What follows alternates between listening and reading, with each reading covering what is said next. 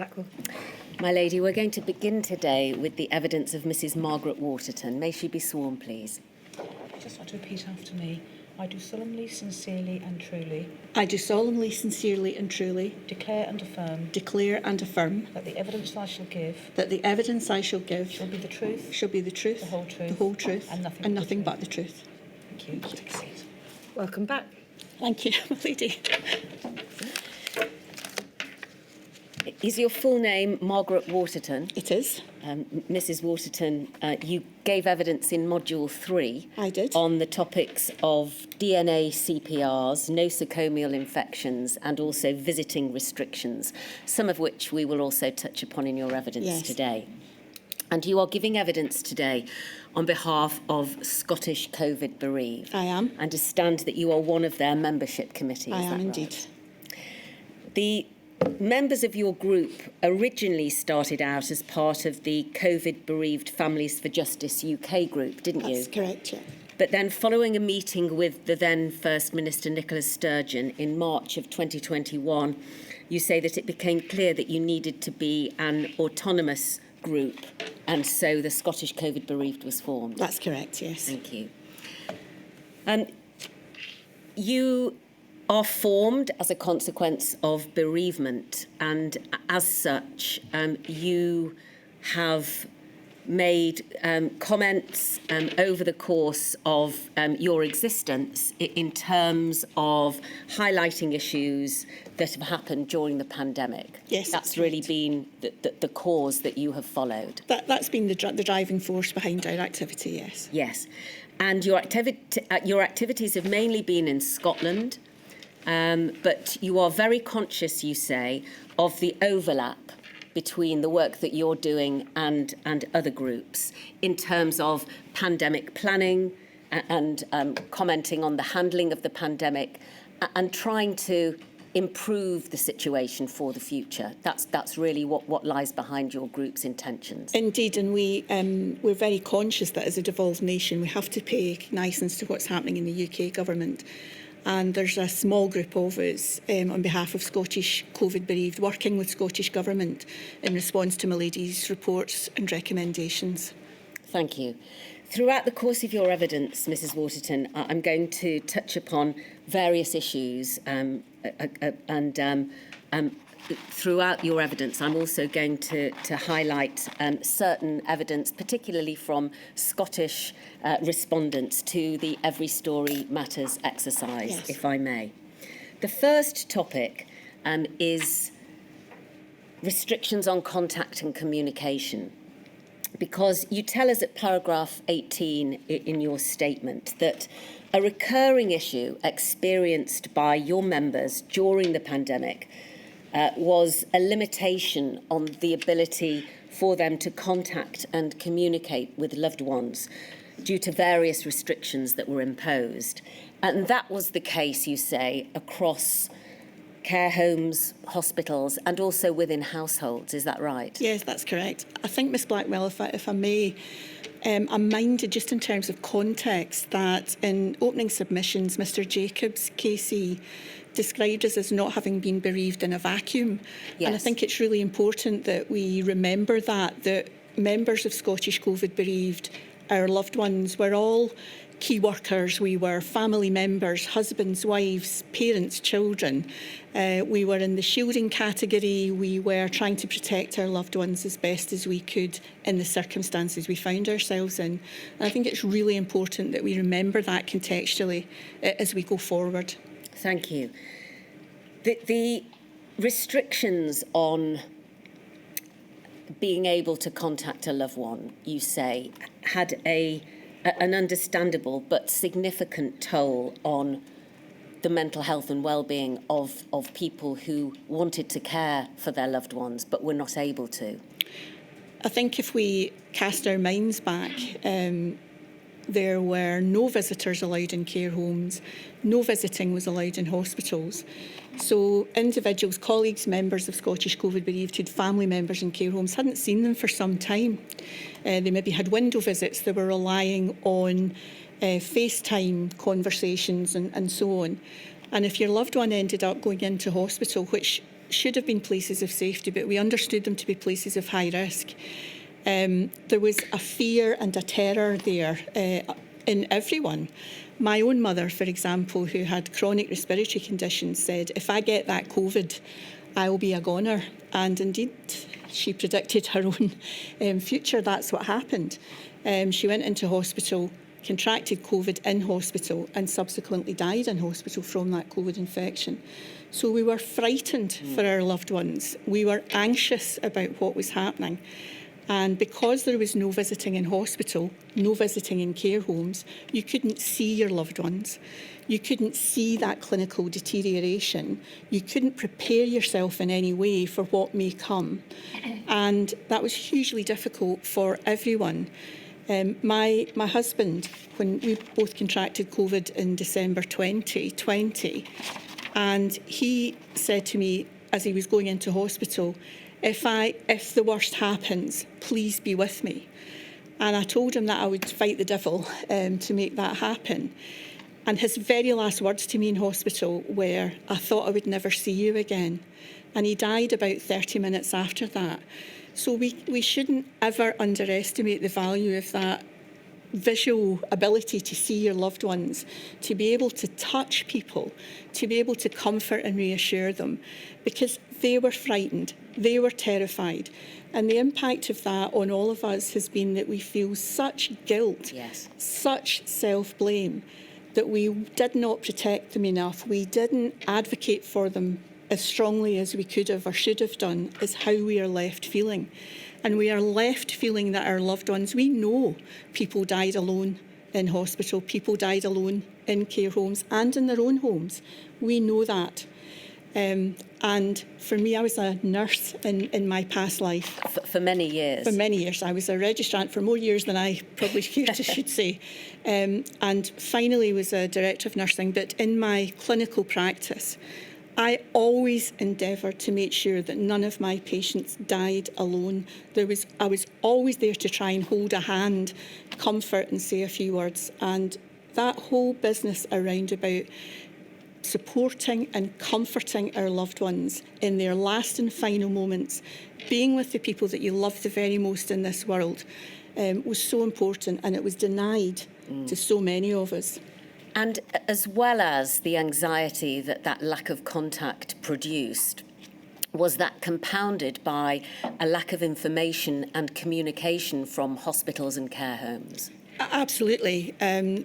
Many of our members describe if their loved one was in hospital, not wanting to overburden an already overstretched healthcare service, not wanting to burden the care home because it was an extra job to do to answer a telephone. So you waited, and you waited for the call, and you waited for that call. You were reliant on your loved one using their own mobile phone, for example, to make contact with you. But as that individual, as that person became more unwell, then that became impossible. My mother was 86. Yes, she could use a mobile phone. Yes, she could text. But she was on oxygen, high-flow oxygen, using a full face mask. She wore glasses because she had to see. So she couldn't use a mobile phone. My husband was on CPAP, prone positioning, couldn't use a mobile phone. So there was a reliance on that. And that whole piece about not understanding what's happening, relying on those conversations with doctors and nurses and care home staff, the information was mixed, it was muddled, it was unclear, and people were left not fully understanding what was happening. Thank you. Let's have a look at our Every Story Matters record, please.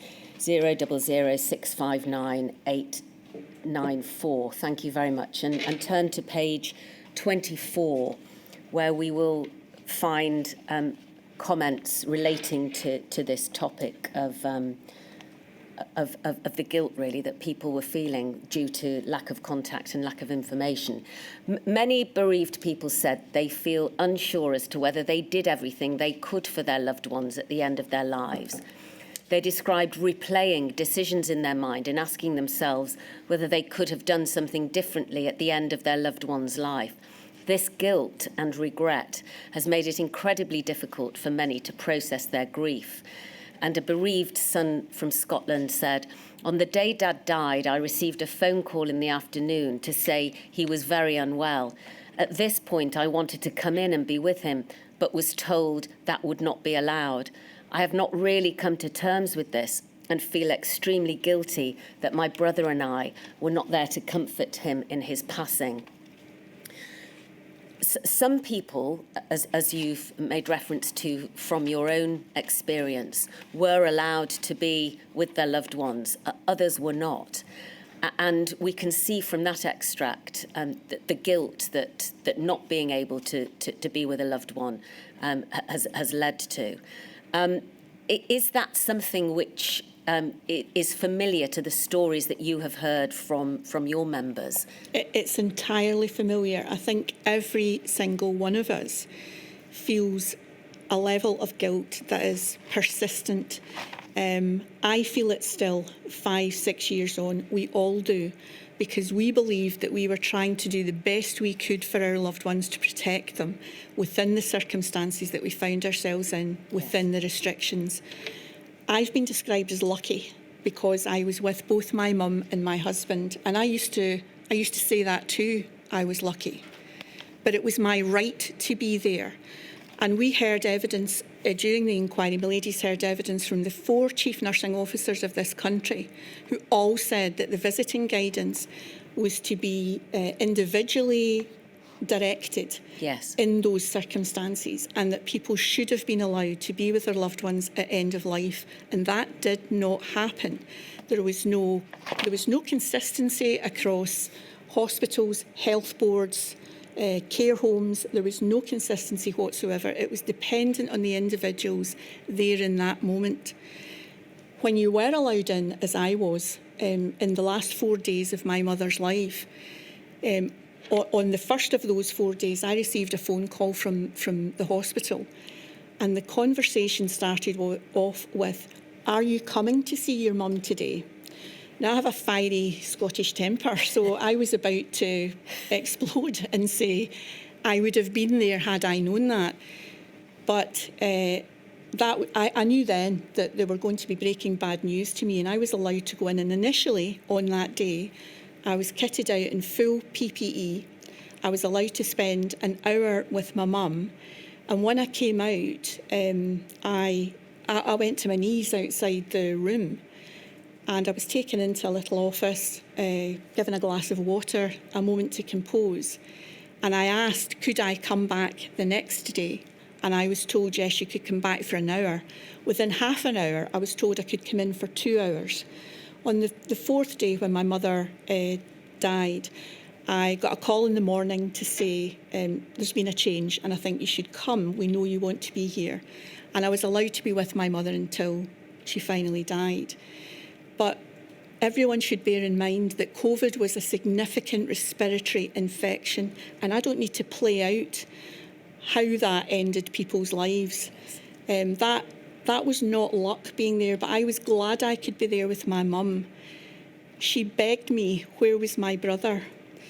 All she wanted to do was see my brother. Now, my brother was in the shielding category himself. There was only one person allowed in. It couldn't be him. And I regret that my brother, the last he saw our mother was through a window in her hospital room, and that was the last he saw of her. I don't know whether she could see him there or not. She was not wearing her glasses, I don't know. But lots of people had those experiences where they weren't allowed. People with their husbands, wives, were being ventilated, and the ventilator was to be switched off. And that was happening over a telephone, with people not there, not understanding, being asked by the nursing and medical staff, what else can I do for you? Well, you could have let us in. You could have let us be there. You could have let us be with the people that we loved the most in this world, that needed to hear our voices, needed to feel our touch. When my husband died, just as an example, yes, there was a complete and utter, good old Scottish word, guddle. So a muddle, an entire muddle about whether he had had a review that would enable him to be cared for in intensive care. And in the end, he was not. That was denied him. One doctor thought another doctor had told me and spoken with me, and that didn't happen at all. So I was phoning over the course of the night every hour to try and find out if this review had happened. And a nurse finally lost her temper and said, "Mrs. Waterton, I don't know why you're phoning so regularly. This has been discussed with you. Your husband is DNA CPR and you know that." So my good Scottish temper kicked in, and I called her a liar. And it transpired and demanded that she sort that out, if that was in the notes, but demanded that I get in to see my husband. To get in through the ward doors, I was pounding on the doors to be let in, my stepdaughter and I, because nobody would answer the door, and I knew the clock was ticking down. 2 police officers at an adjacent ward telling me to calm down, like so, while I was saying to them, "Please help me." So I got in and was thrust an apron and gloves. "Wear this. You'll see why when you go into that room." There was no care, there was no compassion. And then my husband said to me, "I thought I was never going to see you again." And it was as if a wave of peace came over him. So that's how important those things were. And going forward, I would wish my lady to we have made recommendations about relatives being allowed to be with their loved ones at the end of life. It's essential. Thank you. Sorry, I've ranted on, Miss Barton. Not at all, not at all. Let's look at somebody else's similar experience, but expressed in a slightly different way. Back in the Every Story Matters record, please. A bereaved person from Scotland. This is at page 23. And this is somebody talking about their mother. Mum was left without oxygen for 4 days. They didn't expect her to live as long. We were only allowed in one at a time. Each day it was a different family member. After she died, Dad was still in ICU. He'd just lost my mum and we were not allowed to see him. Have you come to know about similar experiences where people had more than one family member in hospital at the same time, and they were trying to juggle their own time and see them both? Indeed, Yes. Many of our members lost more than one relative. People lost both parents. I lost my mum and my husband, not at the same time, but 6 Yes. months apart. Children lost parents. And people were trying to juggle all of that. You were given a Hobson's choice. You could be with them at point of death, or you could go to the funeral, because you would have to self-isolate between. And that was no choice at all. And people were trying to juggle losing one close family member and then days later losing another. Yes. And the impact of that is overwhelming and indescribable almost in terms of words, the way you makes you feel. For some people, losing someone to COVID was their first bereavement. And losing someone to COVID during the pandemic was like no other bereavement. My father died a long time ago. And the two experiences of losing my dad and losing my mum are incomparable. I was able to communicate with my dad, to be with him, to make sure I'd said all I wanted to say, nothing left unsaid, to take him to his favourite place last time. All of those things, we were able to see friends and family. We were on our own. So we were not only trying to deal with all of this while our loved ones were unwell, dying, we were on our own, because we couldn't have contact with family, friends. That would be the normal support mechanism at the time. We just weren't allowed to do that.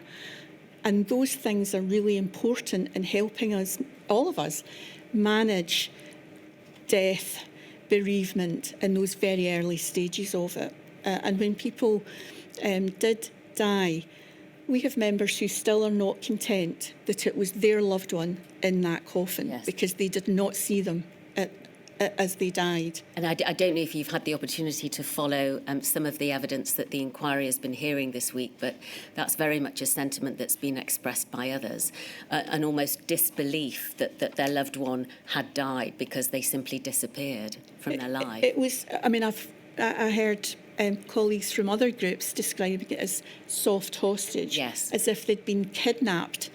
I knew that that my loved ones had died. I was there, I knew that. And still there's a sense of belief because you've not had the opportunity to assimilate what's happening in the deterioration, and there's a suddenness to that. Then you're hustled out, even if you are there, you're hustled away. No time to spend with them. Belongings treated with such disrespect. We've heard stories about belongings being incinerated, treated as contaminated clinical waste, treated as toxic waste, we heard on the very first day of this inquiry. And that just makes you feel that your loved ones didn't matter. In terms of disrespect and people's attitude towards loved ones who died of COVID, I know that you have personal experience of things being said to you in what can be described as a dismissive way. Tell us about that, please. I think all of us feel that as society has moved on, it doesn't want to be reminded about the pandemic. It doesn't want to accept that so many people died from COVID. So over time, when people say to you, oh, you've lost your husband, how did you lose your husband? He died from COVID. Oh, he must have been quite an age then. Well, my husband was just over his 71st birthday when he died, so he was no age at all. He must have had underlying conditions. No, he did not. And equally, when you talk about an older relative, so for example, our parents, they had a good innings. And my mother was 86. She lived an independent, full life. Yes, she had chronic conditions, but she managed those very well. And recently, and it's a complete conversation stopper. People don't know what to do with you. They would almost cross the street to avoid you. And fairly recently, in another guise, an individual that I'd not ever met before but understood that I had been bereaved by COVID, looked me in the eye and said, it must be so incredibly difficult to be so very sad all the time. And I responded by saying that's a very interesting perception given that we've never met before. Let's see over the next couple of hours if we can disabuse you of that notion. And there were others from Scottish COVID bereaved in the room at the time. I trust that we did disabuse of that notion. But we are marginalised as if our grief is not valued in the same way. And my research would indicate that that's called disenfranchised grief, where society moves on and it's not valued in the same way. Yes, a loss that's socially sanctioned. Yes. And is your experience of that happening to you something that's also reflected amongst your members or some of your members? It's entirely reflected amongst all of us. It's a very common theme. The only people that we can talk comfortably to without any of that judgment is ourselves.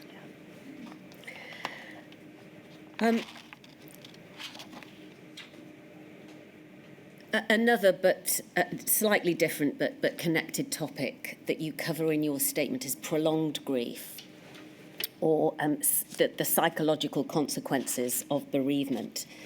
And you tell us at paragraph 35 that it's the experience of your members that suffering years of grief has taken away the person that they once recognised themselves to be.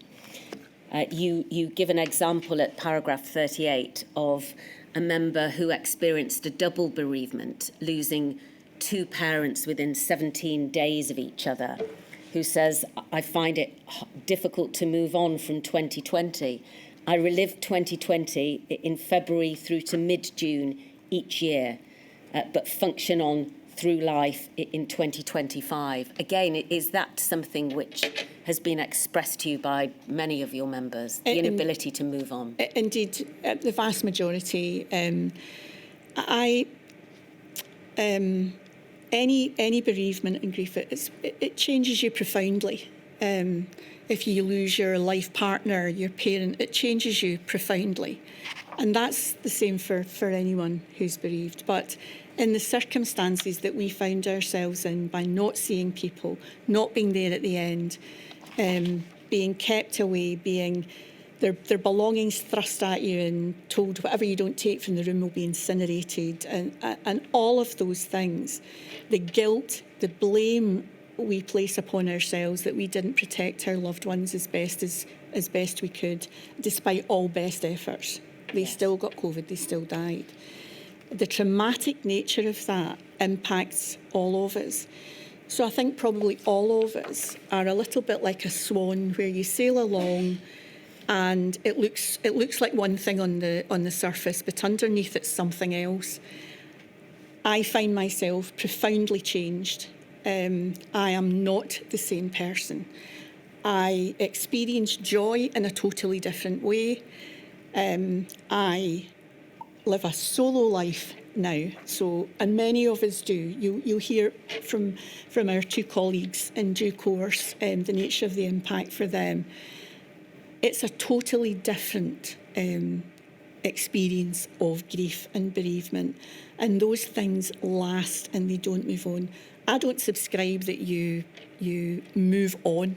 We like to try and move forward. But I had a lot of grief counselling, I have to say, and because my mental health was truly affected after the death, particularly of my husband. And my counsellor explained it, that she wanted to try and help me get to a position where, instead of the grief being all around me and all-consuming me, I moved to a position where I was around the grief. So it never leaves, but you can manage it in a different way, and that's where I'm still trying to get to. And all of us are on a separate and very individual journey, and some of us are getting to that place, others of us are not. But the smallest thing will take you back, the smallest thing, and it's very painful, profoundly changing. And those, I think we've heard evidence, Mary's heard evidence this week. I could have hugged Dr. Hughes from Mind about really recognising and validating the nature of our grief and that it is different. Thank you. Part of the difficulty for people who were bereaved during the pandemic, you tell us, is that they felt isolated in their bereavement because they weren't able to share it with family members and friends. They weren't able to physically reach out and to have the contact that would normally be so readily available and very, very important in those particular times. And you say that many members of your organisation felt isolated with the restrictions in place during the pandemic, and that led to them grieving alone, and that in itself has led to an additional trauma and has affected the way that they were able to experience their loss. It's been very, very insular. Let's look back to the Every Story Matters record, please, and to page 46, and to what a bereaved wife from Scotland was to tell the Every Story Matters exercise.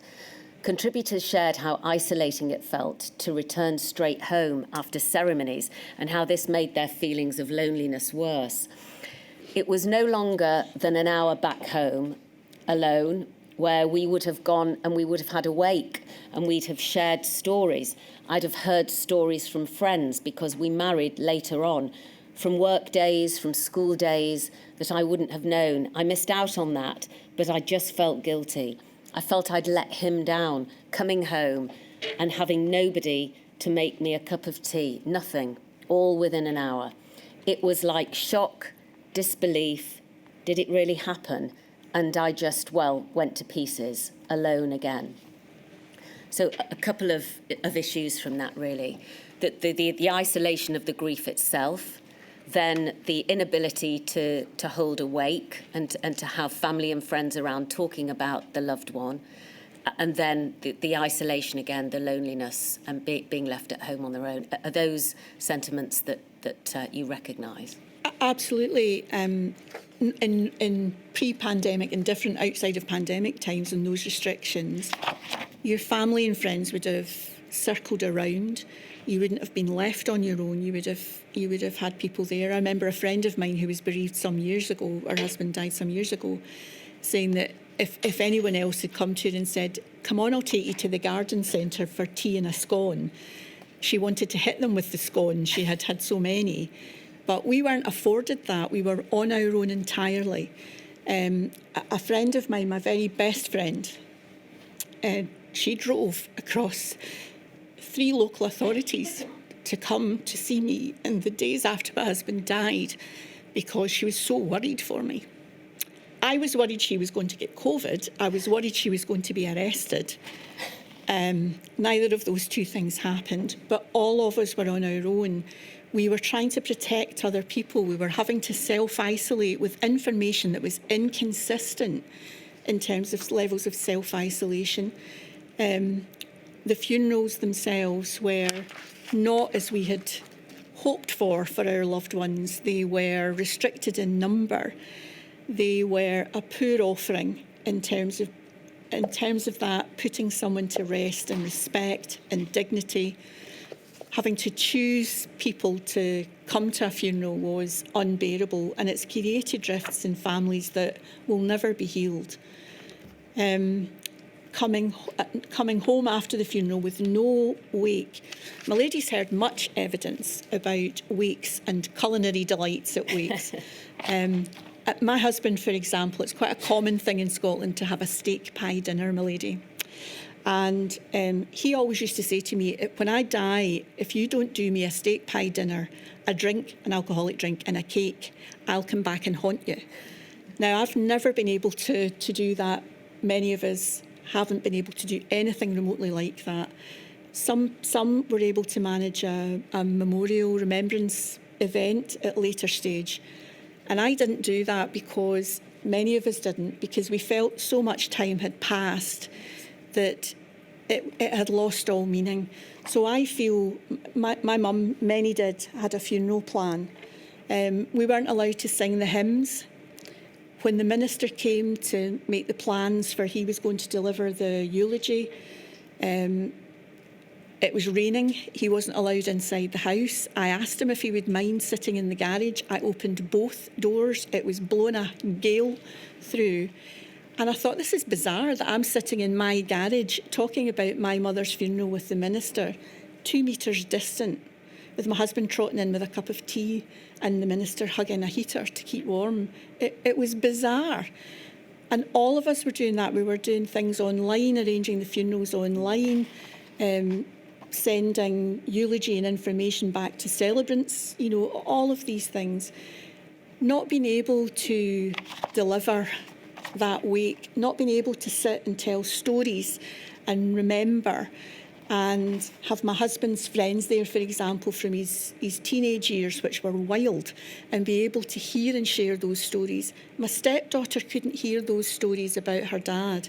And when we came back to my house after the funeral, she said, "Is this it? Is this it, Maggie?" She was beyond herself. And you were, all of the time at the funeral services, you were being pressurised to go out because they were under a time constraint. No hugging, no nothing. After my mum died in June 2020, I hadn't hugged my brother then. We weren't allowed. I hugged him on the day of my husband's funeral because my brother himself had been in hospital with COVID. And I thought, I actually don't care what anybody does to me. I am going to hug my brother. I don't care. The worst has happened. And all of us were in that position. You just didn't have that human contact. There was no, when you come to the wake after the funeral, there's that time when you just decompress a little bit. You can take a breath. The worst in terms of that service is over. But you can sit with people that know your loved one, tell stories, be kind to one another, and it starts that process of grieving, and it's respectful and it's dignified, and there was none of that. Thank you. Let's look at some of the difficulties around the topic of funerals. Go back to the Every Story Matters record and to page 33, please. Thank you. Bereaved people discussed the delays they faced planning funerals for their loved ones during the pandemic. They felt the country was unprepared for the scale of deaths, and with undertakers and funeral directors left overwhelmed. These backlogs often left families and friends with little choice in decisions about honouring their loved ones. And a bereaved daughter from Scotland said, "I just think as a country we were totally unprepared, and the undertakers were obviously dealing with, I know this is horrible to say, high volumes of deaths from COVID. What they were getting over a weekend is something they would get over a far longer period of time. I just felt there were just so many people dying. The funeral wasn't as personalised, I think, as what it could have been."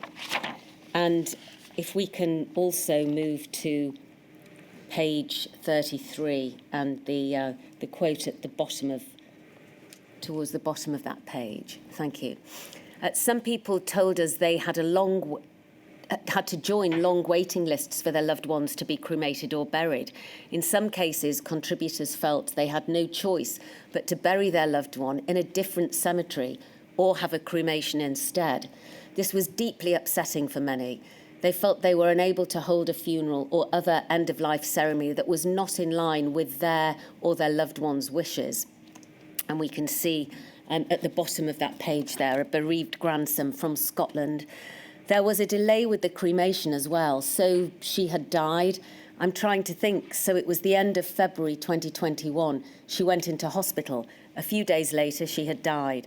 My mum contacted the funeral director and they had advised that it was a 3-week wait, if not a bit longer.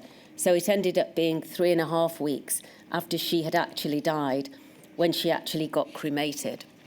And we can see there that funeral plans choice was removed or had to be changed because of the circumstances. And did that in itself cause anxiety and grief? It caused a lot of distress because you know, when you plan the funeral, and lots of people, you know, lots of loved ones did have funeral plans. But when you plan the funeral, it's all about that person and the things that, you know, their favourite hymns, the people that would normally be there to mourn, and there was no choice. You know, my brother, for example, the only thing he wanted to do was to be able to walk behind the coffin down the high street where my mum lived, and she had lived there for a long time. And we were just in a world of constant, no, you can't do that. So we knew the family of the undertakers, we knew them. And we were told that you can't walk behind the hearse, the coffin, because it will be considered as a public gathering. So he let us walk behind it for a very short distance, and then we had to get into our own cars and drive down. And down the high street that day, where on either side were people from the town where my mum lived applauding as the the hearse went down. And I just didn't understand why we couldn't have, because we were so small in number, why we couldn't do that. People might have wanted a piper to pipe the hearse in or whatever. You weren't allowed to do anything like that. So those things, it was just all about, no, you can't, no, you can't. But I found it was quite inconsistent, and those are the stories from our members, that if anything from a high consequence infectious disease, there were going to be fatalities. We understood that.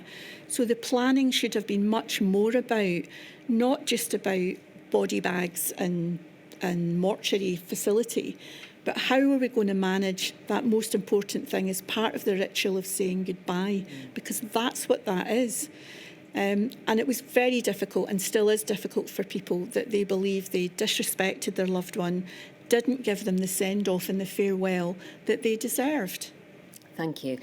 Let's look at the roundtable report briefly, please. It's at 588201. And at page 8, we can see what Scottish COVID Bereaved told the roundtable event. Bereaved family campaign groups told us that their members experienced a lack of autonomy and choice as the rules and restrictions limited the number of people who could attend funerals and how they were conducted. Some representatives spoke about how having to choose who attended the funeral caused arguments and disagreements within group members' families. implementing restrictions has had a lasting impact on the relationships between some family members. Some families could not attend the funeral or had to choose someone over others, and that was very difficult. It caused rifts in the family. Is that something that your members have told you about? Absolutely. Yeah. I think in our statement, one of our members has said having to choose, invite people to a funeral was it was a horrific experience, and that's what you were having to do. You were having to provide contact details for those people that were attending the funeral to the crematorium or through your funeral director. And I couldn't follow why we had to deliver on that responsibility. At a time when you're struggling to put one foot in front of the other, to think a simple sentence, those things are really difficult in the immediate aftermath of bereavement anyway, regardless then in the situation that we were in the pandemic. And the inconsistency of it all added to that burden. No choice, just no. Everything was no, it's COVID. You couldn't be sure that personal items were in the coffin. You couldn't touch the coffin. Some people weren't allowed to put flowers on the coffin. And I couldn't what was the reason? Why was that? People were being buried in Scotland. We call it taking a cord to, lower the coffin into the grave. None of that was possible. And those are all things. It's an honour to have a cord, and none of those things were possible. I remember being worried at my mum's funeral. Somebody had decided, is there space, and called us the night before, to my brother, to see if there was space to come to my mum's funeral. And, well, no, there wasn't. But I didn't sleep that night anyway, but was panicking in case that individual turned up, got in at the expense of somebody else who, maybe my aunt, my mum's sister or whatever. We shouldn't have had those kinds of worries. But that's what we were faced with.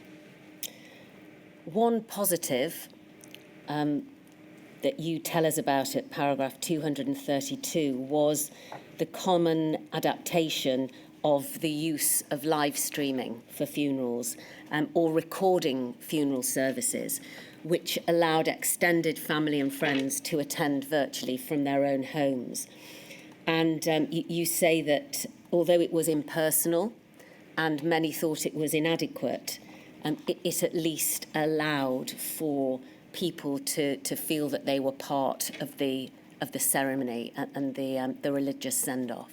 Yeah, I think that was a really good and positive development, because you could feel that people were at your shoulder, even though they might not have been able to be in the room. And people, who had relatives in other countries who simply were not able to travel, then they were able to watch the funeral service online. And there was a cost attached to that. So again, there's something going forward about making that a bit more mainstream and part of the process. But it was reassuring to be able to know that people were watching and they were with you virtually, if not personally. Thank you. And on this topic, let's go back to the Every Story Matters record, please, and look at the first quote on page 50. There were people who were reaching out to my dad to say that I really want to be there at my granddad's funeral, but obviously couldn't.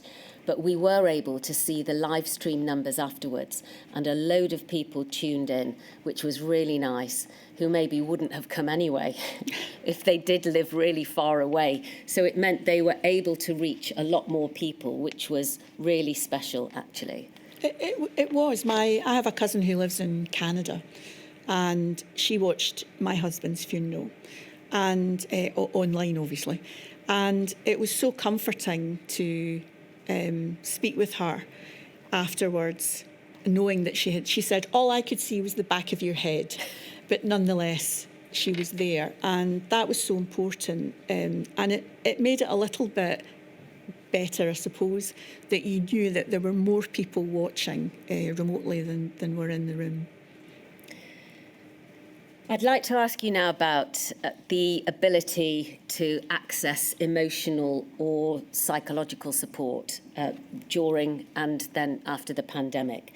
You've told us of your own experience, but have other members expressed frustration at what are described as long or lengthy waiting lists for counselling services, and also a shift to remote services during the course of the pandemic, which, although was welcomed by some, was found to be inaccessible by others? I think, as you might imagine, that's a bit of a mixed bag. Yes. But I think the services that normally provide bereavement support and counselling, over and above your friends, family, and that personal network who you couldn't access directly, personally. But a lot of what we have experienced was traumatic. And I think those organisations, I mean, we heard earlier in the week from True Scotland, for example, they were overwhelmed by the demand. And people had to email a request, you had to wait for a contact, then you had to wait for a counsellor to contact you. So it's all time ticking, and then you were only allowed so many contacts with them.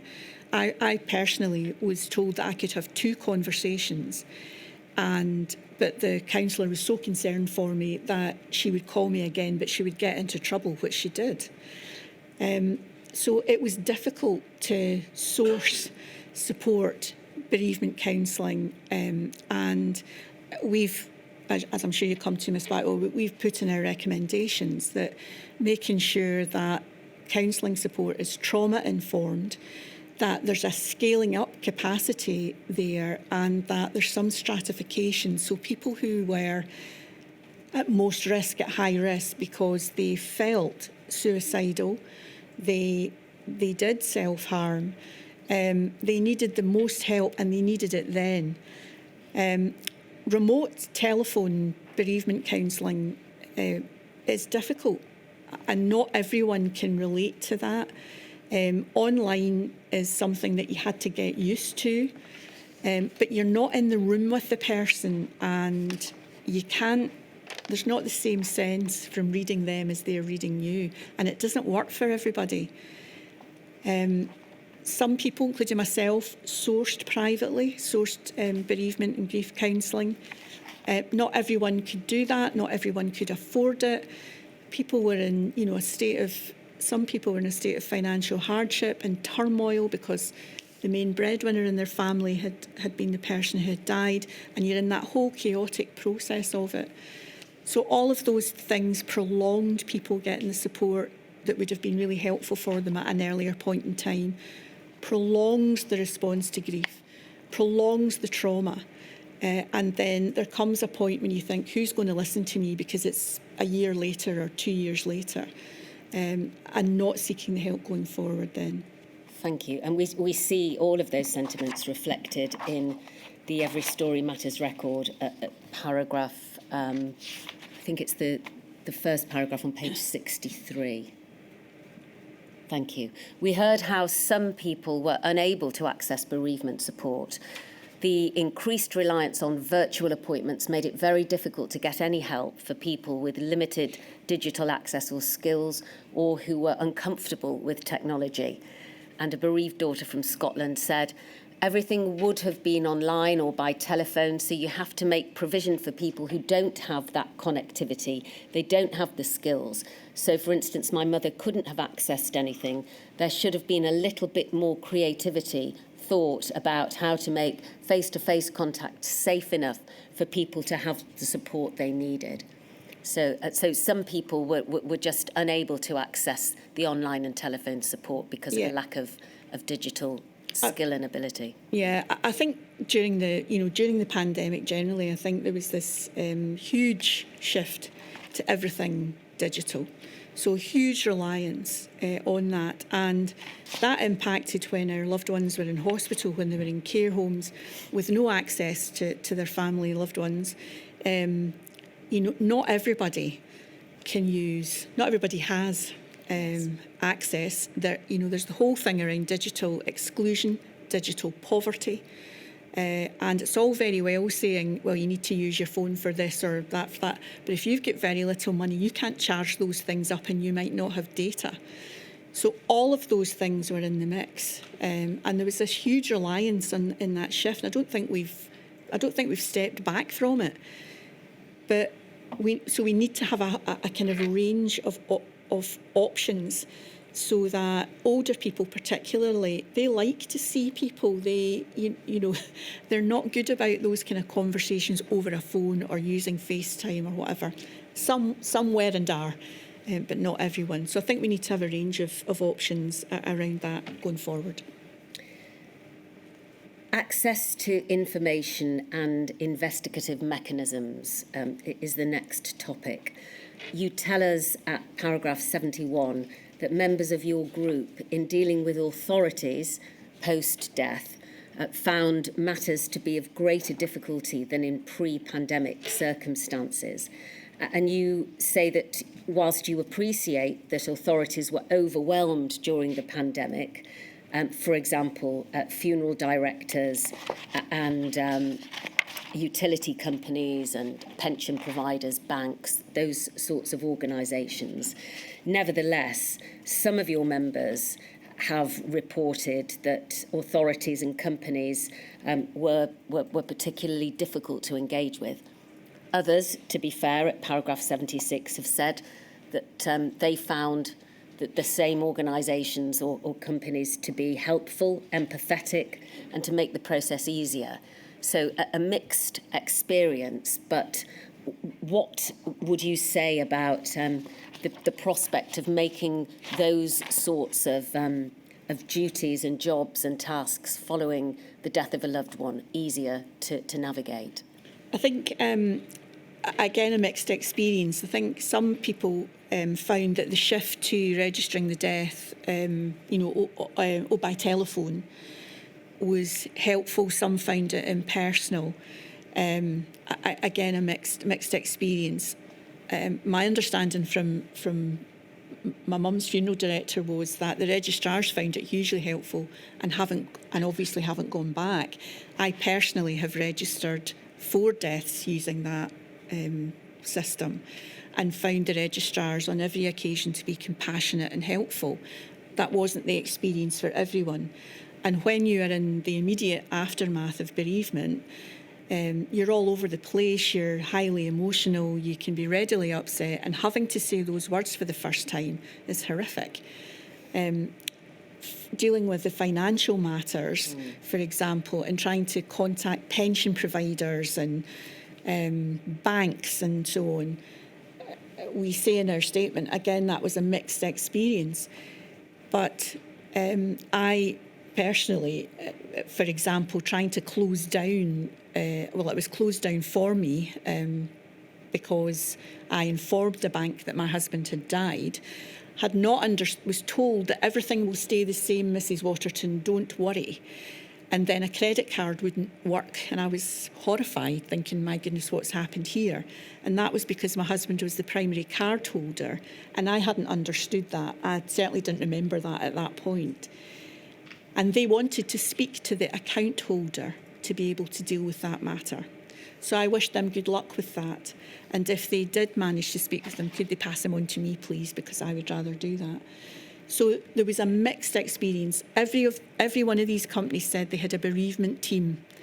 So being a bit of a cynic, I'm not sure that was how that was. It was whoever picked up the phone first in the call centre. Again, they shifted to remote online systems, and they hadn't worked all of that out. Their staff were working hybrid, so sometimes in an office, sometimes not. It made contacting them quite difficult. And having to repeat yourself the whole time about telling them that person has died is incredibly difficult. And it becomes wearing, and you don't want to do it in the end. And it made things much more difficult for us. The Tell Me One system, I think generally people found that really, really helpful. I did, and it takes a lot of the burden from some of the state organisations away, and some of the public pension providers too. but the other companies it doesn't. So again, we've made recommendation about how people might have access to that and how people might access support about financial help and support, because again, those organisations were closed down and they need to be seen as frontline services because people don't know where to go to get financial help. We're worried about paying for funerals and so on. Thank you. And let's take our final look at the Every Story Matters record, please, at page 29, and at the pink box at the bottom, please. Thank you. Bereaved contributors at the reflective workshops emphasised how disappointed and angry they were that businesses like banks and utility companies did not recognise the unique challenges of pandemic bereavement. Contributors said they wanted them to improve how they support bereaved people in future pandemics. And a bereaved daughter and wife from Scotland said, "I think there's a real message for businesses. They really need to up their game because you're trying to tell them what's happened and so on. It's so distressing. They're not trained. It would be easy to train a proper bereavement service therein, and the banks were hit or miss." Absolutely. Yeah, thank you. Turning now to lessons learned and recommendations. The first recommendation that your organisation makes is at paragraph 243. And then you say this: in future, national preparedness planning for health emergencies and pandemics, the importance, value, compassion and human rights of nominated family members, friends or advocates being enabled to visit and be with their loved one in hospitals and other healthcare settings must be recognised, included and enabled. So that's really the prime recommendation of respect for the provision of families and friends and advocates at the time of death. Absolutely. It just has to be. I think that care, compassion and common sense were completely lost during the pandemic, and I'm not entirely certain that we've got them back in our healthcare system, for example. And we need to be really clear that going forward that people have the right to have their family members with them at end of life, and that should be how it is. Thank you. The other recommendations include the need for national planning and preparedness to consider clear ethical professional guidance for clinicians and healthcare professionals, the importance of funeral services and gatherings after a death, bereavement and grief counselling in the immediate days and weeks after the bereavement, advice on accessing financial support, which we've just covered, and utility companies reviewing their bereavement support teams, and the complaint management process being included in a national health and emergency planning sense. Yes, I think I would just pick out two things, Ms Blackwell. Yes, please. One of them would be around DNA CPR and anticipatory care planning. And over different modules and lots of evidence, we and our experience, our lived experience, was that things were not as they should have been in terms of DNA CPR and consent and escalation of care. And that led to a lot of us worrying and still worrying and being concerned that our loved ones were not afforded the level of care that they should have been because of age or whatever people considered as a related condition. And we cannot afford in our society to put ourselves back in that place again. And we, in our recommendations, are very clear about the provision that is already there for doctors to have a conversation with the person themselves, obviously, but with the family members about what is intended to happen. And that did not happen in the pandemic. And I have waxed lyrical on that already in our previous evidence, so I won't do that again today, but that is one of the key issues.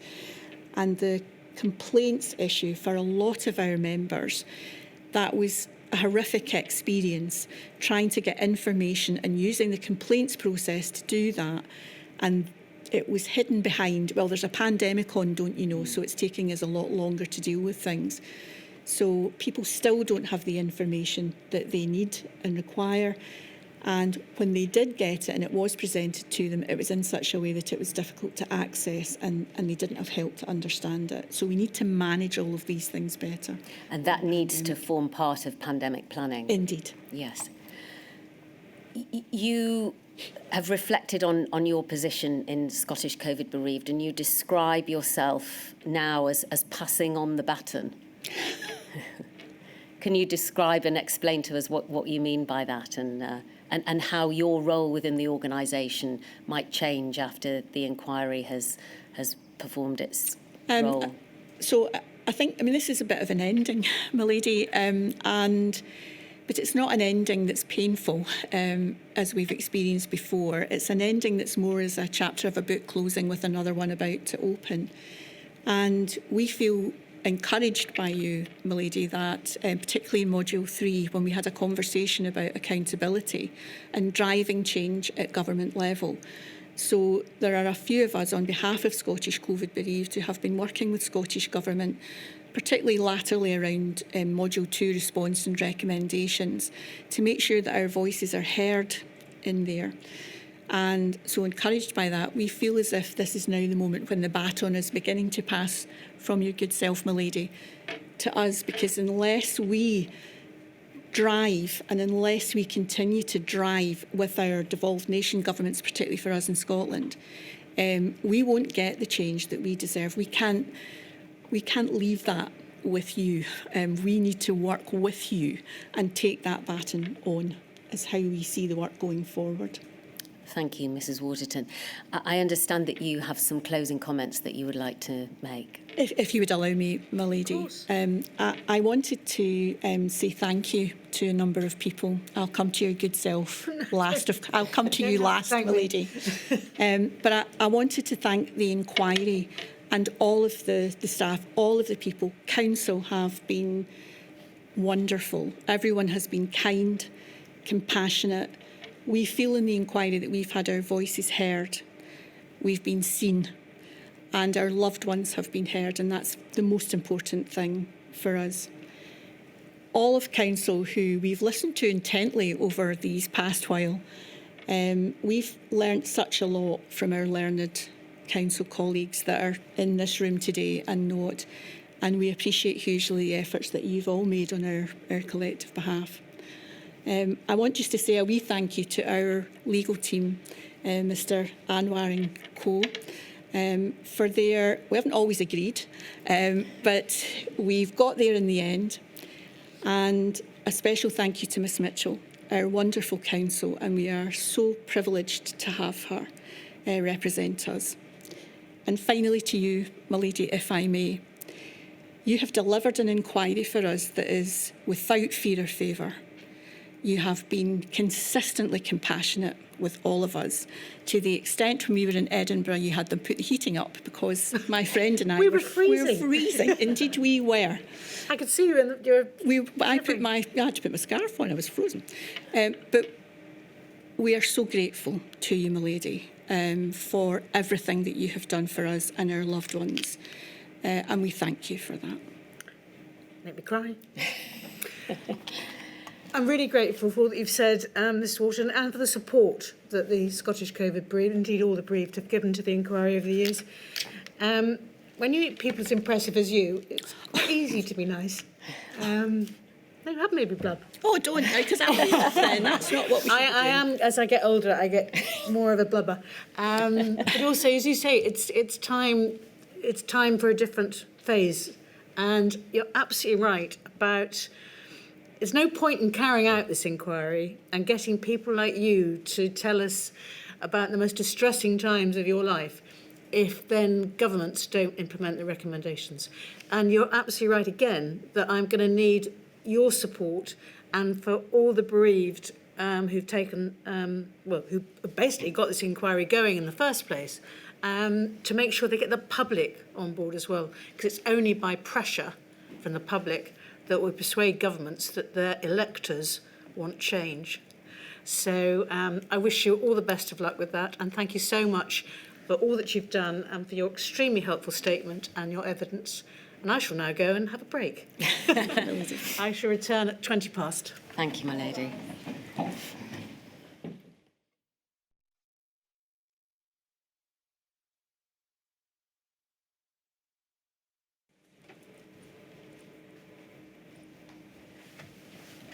Ms. Rahman.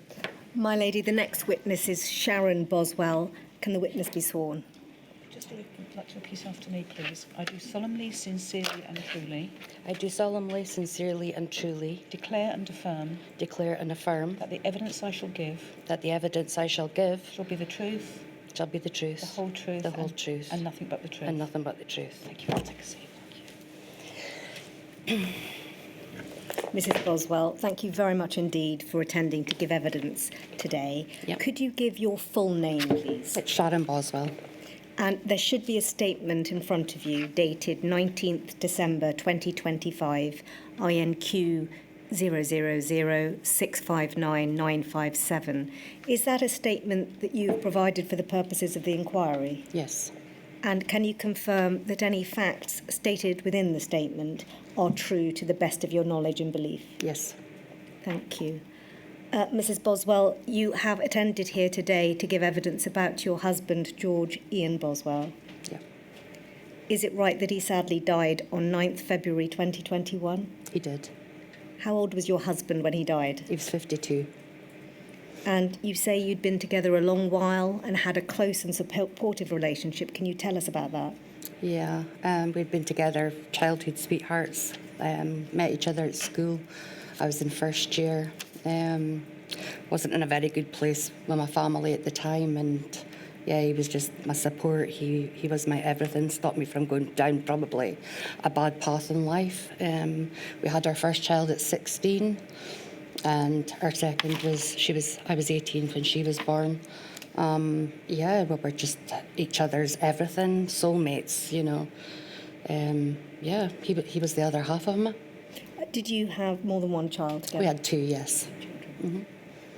Mrs. Boswell, I'm going to ask you now about your lives together during the pandemic. Yeah, Is it right that your husband was an essential worker? he was, yes.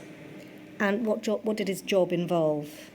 He worked for a company that he had to make deliveries for, you know, washing machines, fridge freezers, whatever. So, yeah. And so he delivered those sorts of things to Yeah, the people's goods. homes. And you say that he had to work during the pandemic, even during the lockdowns. Why was that? Yeah, just that's what they said that he had to do. He wasn't given a choice. You also say that your husband had type 2 diabetes. Yes, Did he take medication for that? he did. And was it well controlled? Yeah, I mean, metformin and his diet, we got that quite controlled for sure, yeah. So he was, in all respects, other than that diagnosis, fit and well. Yes, But he was not within the categories of those required to shield. not that we were aware of. But you say in your statement you believe that he should have been shielding. I do believe that, yeah.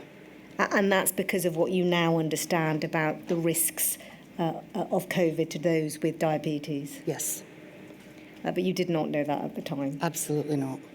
So your husband went out to work as an essential worker, Yeah. not knowing about any increased risks to him on account of his diabetes. Correct.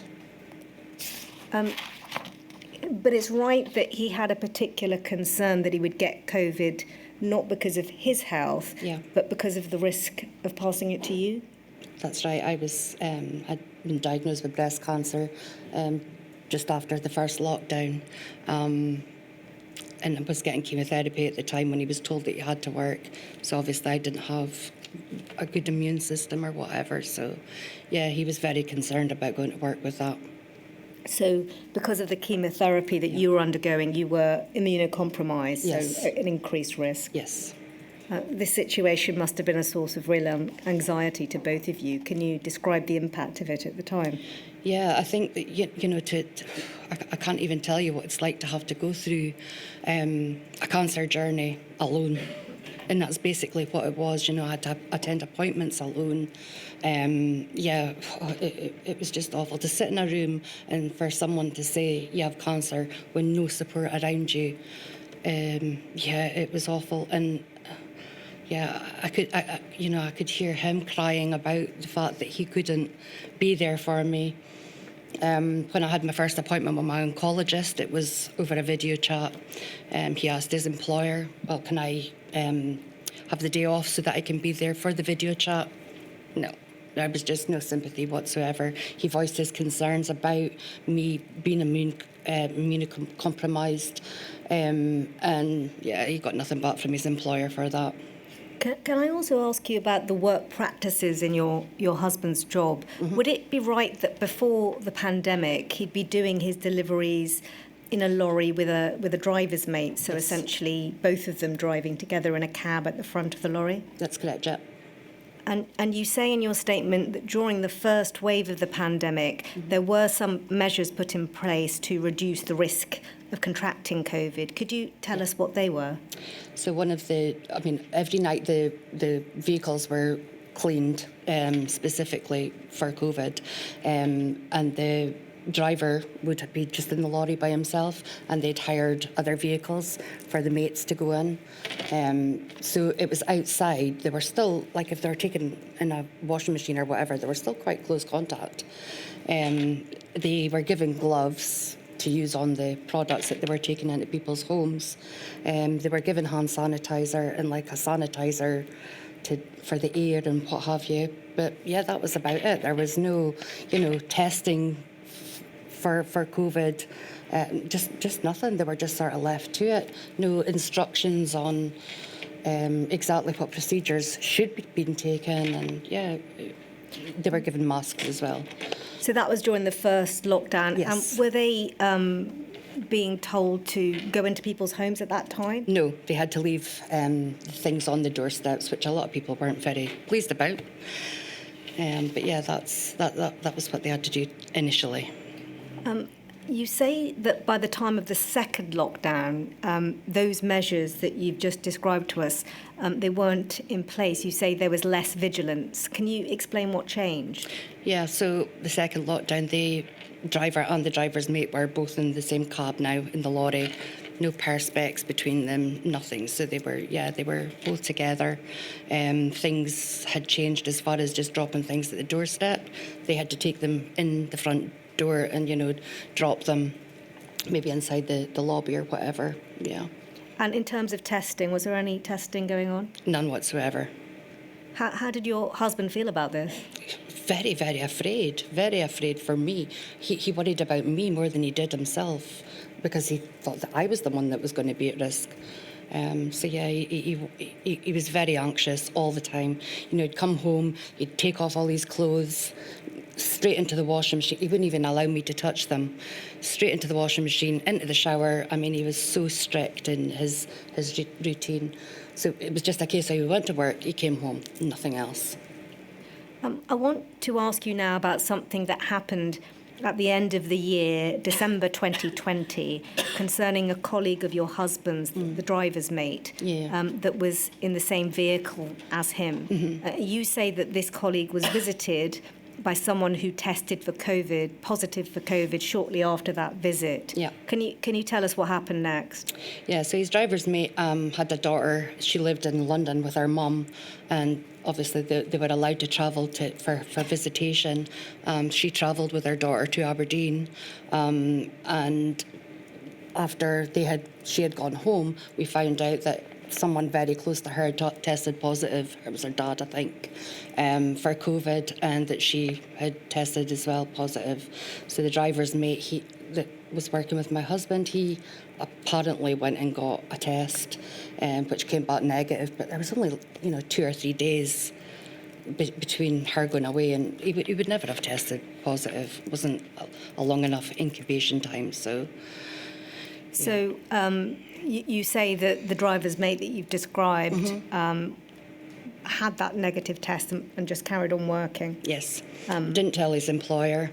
I remember the day that we tested positive for COVID, my husband was on the phone to his boss, and he said, that his mate had the test, they had no idea. And I could hear the conversation. I was in the kitchen doing up dishes or whatever, and I could hear the shock in his boss's voice that his driver had been tested.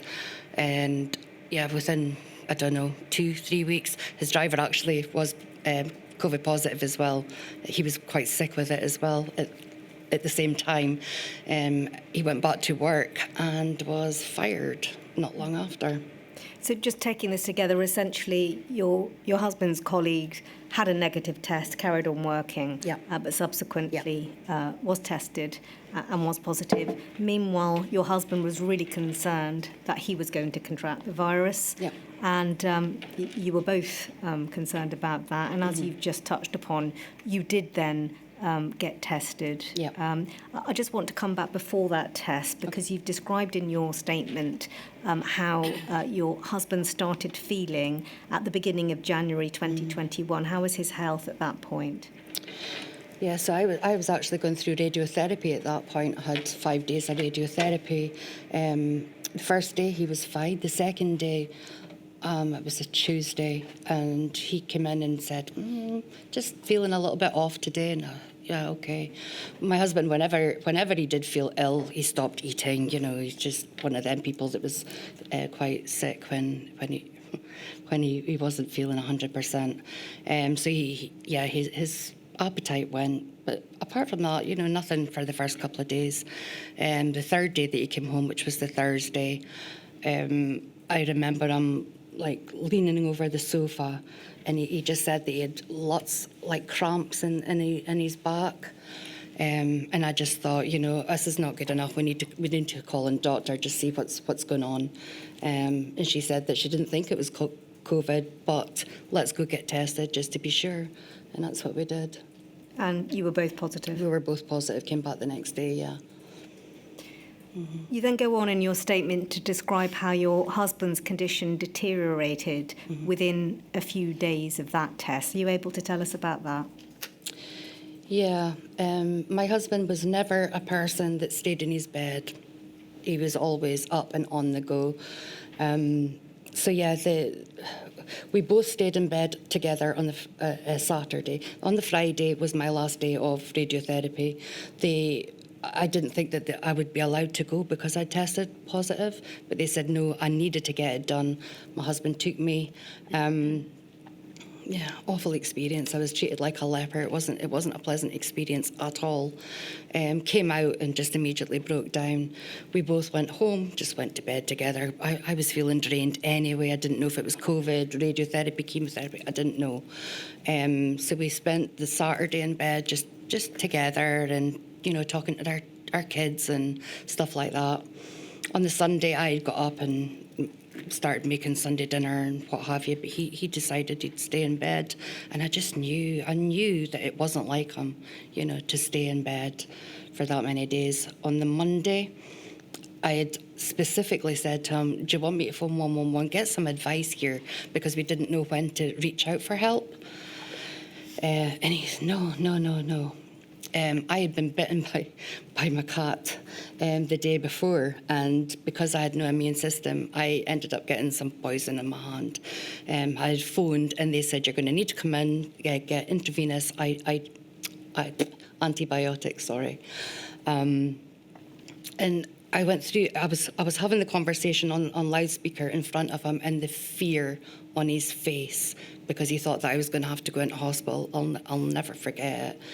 And I said to the doctor, I was like, there's just no way that I can leave him here by himself. He's very ill, and he obviously doesn't want me to go. So that was the Monday. My son went and picked up the antibiotics from A&E. On the Tuesday morning, I was wakened about 5. I heard him getting up to the toilet. I'm quite a light sleeper anyway. He'd went up to the toilet. I could hear that he was being sick. When he was coming down the stairs, he stopped 3 times coming down the stairs. And I knew that something wasn't right. He went straight into the living room, put on the light, and I got up. And when I went into the living room, he was just, you know, like bent over, didn't feel right, and I said to him, "Do you want me to phone 111?" Yes. And I just went through the bedroom, and I was like, "No, I'm just phoning 999." And that's what I did. Paramedics came. So, Mrs. Boswell, you've just said that you had actually asked your husband in previous days if you should call Yes. someone like 111 or 999. Yes. But he said no. Yeah. And I think you say that one of the reasons for that was that the messaging in the news was, you know, don't seek help. Absolutely. It didn't say when and how bad things should be to seek out that help. And we, I mean, everybody was aware the NHS were under so much pressure.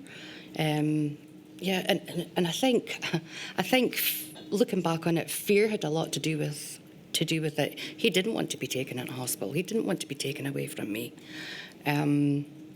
Yeah, that's basically So what that was. you've said that was the message that was coming over to you from the news. You've also Yes. said it wasn't really clear No. when you should ignore that message and go to seek help. Yeah. And you say in your statement, even though that's the case, you feel guilty for not seeking help sooner. So Absolutely. that particular feature of the pandemic, the messaging about staying away, Yeah. lack of clarity about Yeah. when you should seek help. Yeah. You're telling us that's something that had a particular impact on you, and you're still Absolutely. feeling that today. Absolutely. I think the fact that when he was taken into hospital, the fact that he went straight to ITU, that reinforced to me how ill he was. And yeah, we should have sought help before that. Well, Mrs. Boswell, just picking up where you left off, you called the ambulance early in the early hours of the morning in January. Yeah. What was your husband's condition like when the ambulance arrived? Yeah, his oxygen levels were really, really low. As soon as they came in, it was just one paramedic at the time. He immediately phoned for the ambulance to come and get him because the levels were just, yeah, not very good at all. He had no energy. He couldn't talk. He just, yeah. Yeah. Did you have any time to say a proper goodbye to your husband? No. So it felt very sudden, the way that he left home. Yeah. Yeah, no. The two ambulance drivers came in and put him in a chair, put a blanket over him. One of them had asked me to get some things to take to the hospital for him. And yeah, they just wheeled him away. And yeah, I just remember seeing him going down the path, getting wheeled down the path, and yeah, that was it. No goodbye, no hug, no I love you, no nothing. Can I ask you now what happened as far as you were able to ascertain it when your husband got to the hospital? You said he got taken straight to ICU. Were you able to visit him at all? No. So for the first 6 days, he was awake, and I was able to contact him through video call and whatever. I was given a couple of phone calls a day, one from the doctor, one from the nurse, not every day. That was, there was a lot of failings there as well. They kept phoning my house number. We've never had a house number in years and years. My husband told them, I've told them. And when I would say, you know, they would get sarcastic when I've actually kept a diary, you know, of everything that happened. And reading back on that diary, they were really nasty to me. Well, we phoned and you didn't answer the phone. I'm like, but yeah, I don't have a house phone. How am I going to answer? So yeah, that was the communication that I got. Very, very little. There was no one-on-one. Obviously, he was in ITU. There was someone with him all the time. There was no privacy at all. What was the impact on you of that sort of communication at the time? Oh, it was very, very hard. Yeah, I just went into myself, I think, and not being able to have the contact with my son and my daughter. I mean, I was still tested positive too. Didn't feel well myself. I could see that he was getting worse every day. You know, I remember doing a video call one morning with him, and he had the CPAP machine on his face. And I just looked and I just panicked, and I said, I'm sorry, I've got to go. And I put down the phone and I'm like, what are you doing? You know, just, I got a scare. But that's my husband, so I immediately phoned him back. And I'm like, I'm so sorry, I just got a scare. You say in your statement that you were told by staff, and your husband also appeared to you, increasingly confused during those calls. Is that right? Yes, they couldn't get his blood sugar levels under control at all. They were injecting him with insulin at this point, which he'd never had before. And I think there was a lot of delirium there. He was on morphine, I think morphine, for the pain by that point as well that he was experiencing. He'd stopped eating, he'd stopped drinking. Yeah, he was just... He was very unwell. He was very unwell, yeah. And we could see it daily. It was getting worse, for sure. And the time came, I think you say, after your husband was in hospital for 6 days, that it was decided that he was going to be placed on a ventilator. Yes. Was it your husband himself who was able to tell you that? It was, yeah. On a short video call? It was, yeah. Mm-hmm. And at that point, in early 2021, do you take the time? Are you okay to continue? Yeah. Sure. Do you want to take a drink of water? Sometimes I see you've got some wonderful pink comforter. Yeah, it's from my grandchildren. It says Grandma. Yeah, for sure. Yeah, I'm good. I'm fine, thank you. Mrs. Boswell, at that point in early 2021, what was the impact on both of you of learning that his condition had deteriorated to the extent he did need to be put on a ventilator? I spoke to him in the morning, and he said, Sharon, I've had enough. I've had enough of them poking and prodding me. I'm sick of it. He says, I'm not taking my meds. I've had enough. And I just knew that things were bad. They'd obviously talked about it in the run-up, whatever, that there was still the possibility he would go onto the ventilator. And I tried to stay positive for the children, and yeah, but that morning I just knew that it wasn't right. The nurse phoned me just after 9 in the morning, and the question she asked me was I home alone? And she knew these levels, oxygen levels were really bad, and she could see that it wasn't good for that day. And when he called me, I think he called me about 6 o'clock to tell me that, he was going on the ventilator. It was the hardest conversation I've ever had in my life. What do you say? You know, please promise me you're going to come home. We'll love you. I can't even remember the conversation. I can't remember a lot of the conversation between us. I remember crying a lot. He was calm. He was very, very calm. It was just like, you know, I've had enough. I asked him if I could get the children to phone him. I say children, they're adults.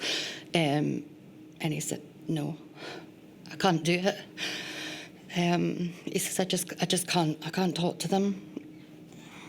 And I had to tell my children that, God, they struggle with it, even today. And I understand, you know, why. I think, I don't know. I don't know if they blame me for it or not, but I feel guilty for it, for him not wanting or having the strength. He didn't have the strength to do it all over again. Once was enough for him. You've described how difficult it was for both of you having that conversation without being present with each other to console each other. Yeah, no touch, no nothing.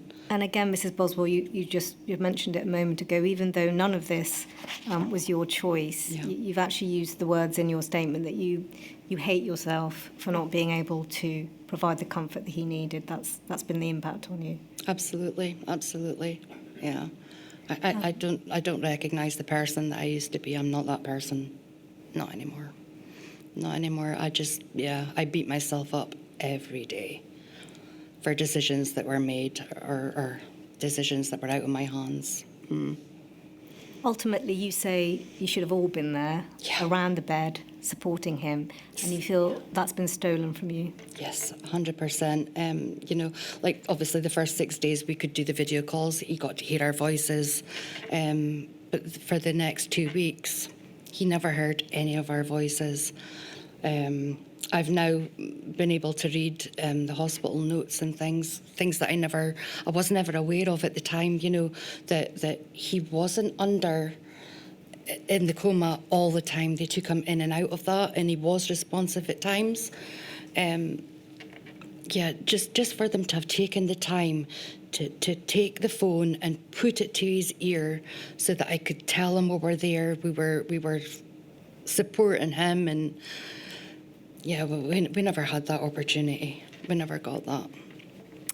Mrs. Boswell, you've described those next 2 weeks as being horrific for your family. Yeah. But you say you were trying to stay strong for your children's sake. Yeah. You say you were getting very little information, but what you were getting, you were trying to see the positives. But in reality, I knew. the news was mostly negative. Yeah, every day was negative. It never got better. There was a few of the doctors that were absolutely wonderful and explained things really well. And you know, they said, "Well, yeah, you'd made a bit of progress this day and whatever." But some of the doctors were quite impersonal. There was just no information whatsoever. And the little snippets that we had, we had to sort of take that and dissect it and just try and take what we could away from that. And I didn't want to fault the bits because, you know, the kids were going through enough. My kids, our children were going through enough at the time. So you were saying to your children you were confident he would recover, but that was not really how you felt. No. I remember having a conversation with my son one night, and I'd said, you know, obviously we'd seen other people getting home from hospital and whatever, and they'd had lots of long-term problems. And I remember having the conversation with my son and saying to him, I don't care how he comes home, I just want him home. And in hindsight, you know, I think that was a very selfish thing to say, but that's how we were feeling at the time. And Mrs. Boswell, I will now ask you about what happened on the 9th of February 2021 when your husband sadly passed away. You got a call that day from a doctor. I did, yeah. He phoned me about 4 p.m, something like that, and said, you need to get to the hospital. He's not going to make it. Did you get to see him? I did, yeah. I phoned my son. I just told him, you got to come and get me. He didn't ask any questions. I phoned my daughter. She was on her way home from work. She worked for the NHS.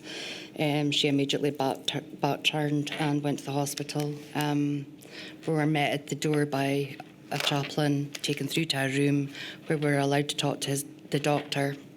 I've got very little memory of that. And then we were taken down to see him. He was beside ITU, but they'd taken him into a separate room, still on the ventilator. And when we went into the room, his head was facing this way, and we came in from here, and his head turned and looked at us coming into the room.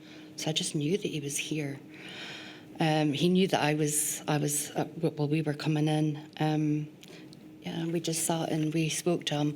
I had to tell him that Scotland had beat England in the rugby again.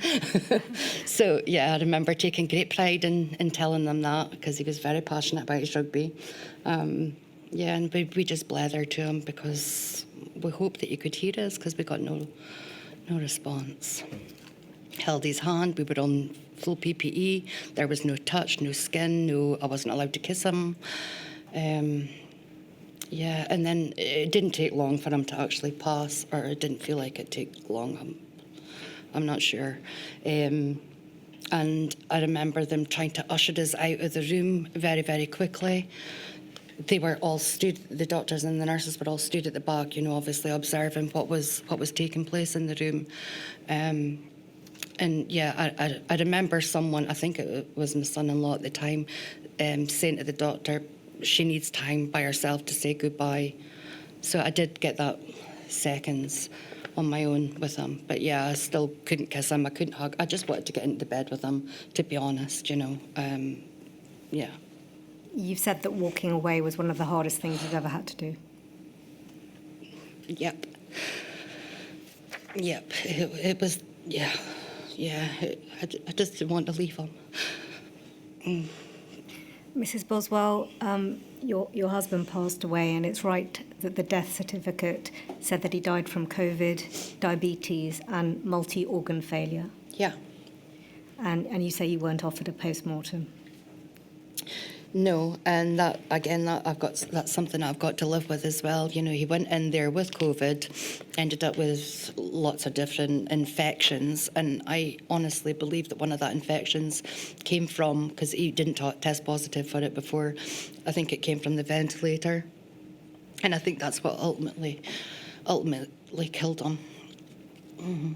Mrs. Boswell, I want to now ask you about the funeral arrangements. You say in your statement that although you were able to go to the funeral parlour, the coffin was sealed, so you weren't able to see him. No. And you've said it was not really clear to you why that was. No, nobody explained that. You know, you had to quarantine for 10 days. When you were tested positive, then you could go back out into the world. Yet here's him, 3 weeks he had been in that hospital, and I just couldn't get my head around what the difference between quarantining at home was and him being 3 weeks into it. I just, yeah. And to have it sealed, no one told me why. I still don't know. And you mentioned that there was no wake. Is that something you would have liked to have had? Oh, absolutely. Absolutely. He was a very, very sociable person. He I would have loved to have people talking about him, telling me stories about, I don't go on social media anymore, but my children had a lot of stories from, you know, he was a football coach for kids and stuff, and the messages that we got, you know, from these kids, that, yeah, it was just amazing to hear. I'd have loved to have had that at a wake, for sure. As it was, you had a socially distanced funeral. Yes. 20 people were allowed to attend. Yes. And you describe coming back from the funeral and being alone. Mm-hmm. Are you able to share your feelings?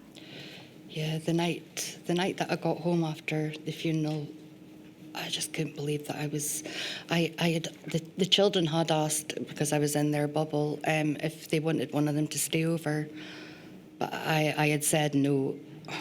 I had said no, which was silly looking back. And I remember sitting on the sofa.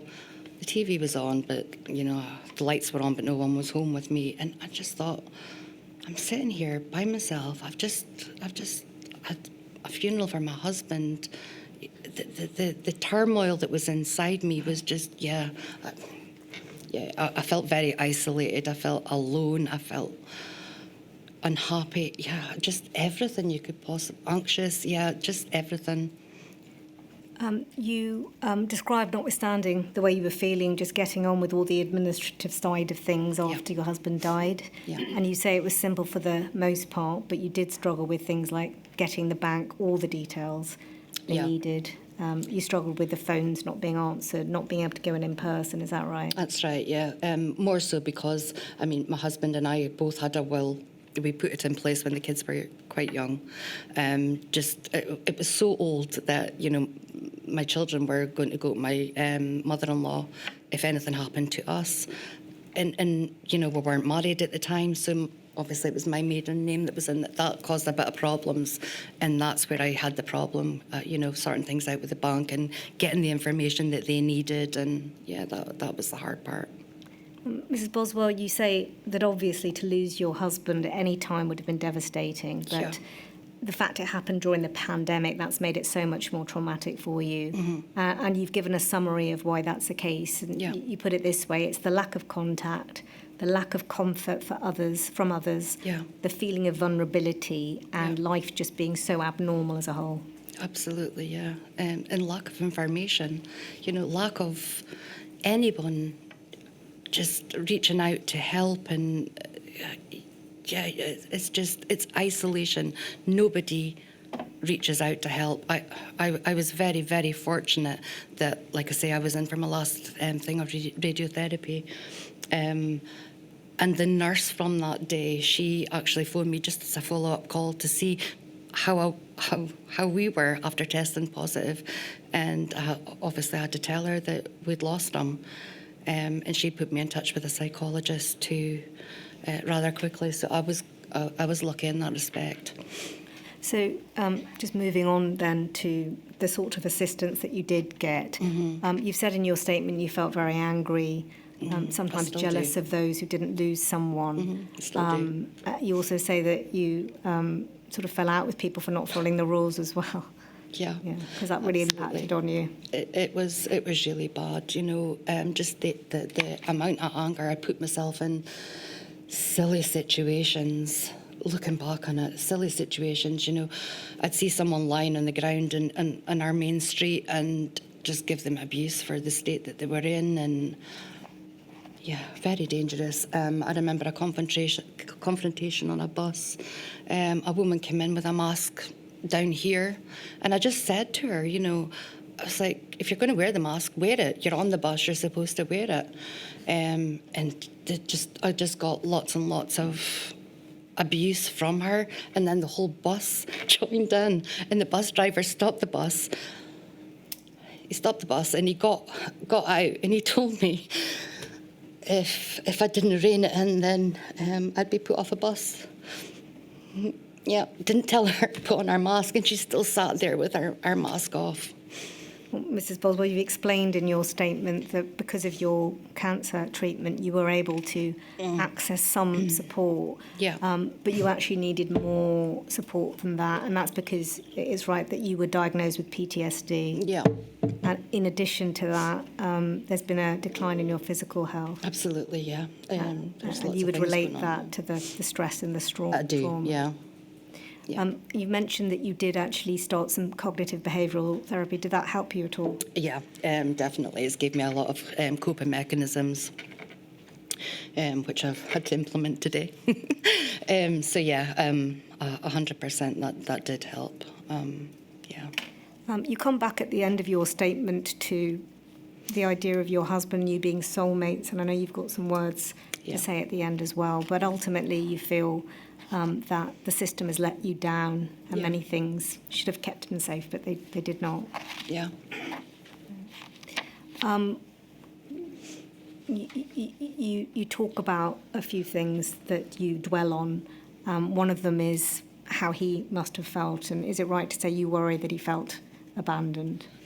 Yeah, I mean, I try and put myself in his position, lying in that bed. He still had thoughts in there.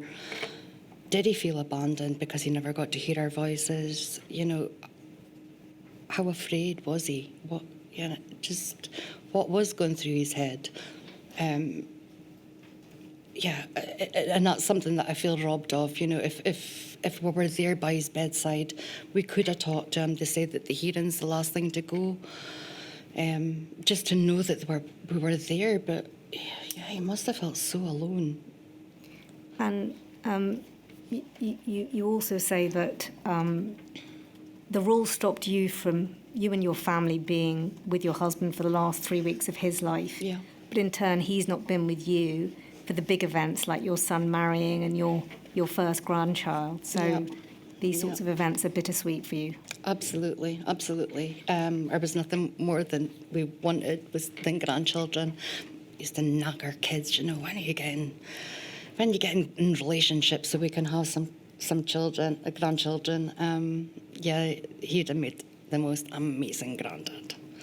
He would have spoiled them rotten. But yeah, very joyous days. But my son got married in September last year in Florida, and they put out a seat next to me, which was empty, but they had his photo. Photo there. The last sentence in your statement comes back to the issue of the shielding list. Yeah. Is it right that that's the biggest what if for you? Yeah, I think so. Shielding and, yeah, things, if he was shielded, things probably would have been, I can't say 100% because nobody knows, but if he was shielded at home, then this probably would never have happened. Thank you very much indeed, Mrs. Boswell. I know you've got some words that you've written you'd like to share with us, so Yeah, please do that's so. okay.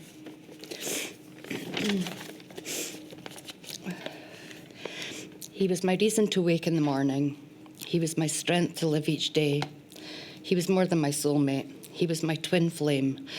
And that's why I feel like half of me has also died. He was both our children's dad and best friend. Having him taken away without that personal touch, talking to him over video call while knowing there was always someone listening, having my last conversation with him with people listening, not having that touch or connection that his family desperately needed for weeks, having to tell our kids that he was being put on a ventilator and didn't have the strength to talk to either of them one last time, for the loss of our children's father, who was their everything, for the fear, solitude and isolation he must have felt, to having him gone and not being allowed to see him in his coffin, finding out he should have been in the shielding category after his death. All these things we are angry about, but could do nothing to change. That is what lockdown rules has taken from us. We have to live with this every day. My lady, those are my questions. Thank you very much indeed. But I can see just how devastating it's been for you. Obviously, the loss of your husband, your soulmate, but devastating to have to relive it. But it was so important. I don't know if you heard Mrs. Waterston's evidence about how, well, you'll know about this, I'm sure. Some people write off, tragically, those who died during the pandemic, saying, oh, well, they were old or Yeah. they had underlying conditions. And so that's why it's so important to hear the evidence from someone like you. Your husband was so young. Yeah, absolutely. And it reminds people that, I would say this, wouldn't I, given my age, but you can't just write off people for their age. Absolutely. And you can't write off people just saying, oh, it's just COVID. It's just such a tragic loss. Absolutely. Yeah. You say that you've got coping mechanisms. Mm-hmm. No more being brave when you get home from the funeral and saying you'll be alone. I think you have got people here to help you. Absolutely. But promise me none of that. I can be brave, I can cope. No, I've reached out for help for sure. Right, good. Thank you very much indeed. Thank you. My lady, we have another witness. Would it be appropriate to start that witness at this point? That Yes, was the please. plan. Yeah.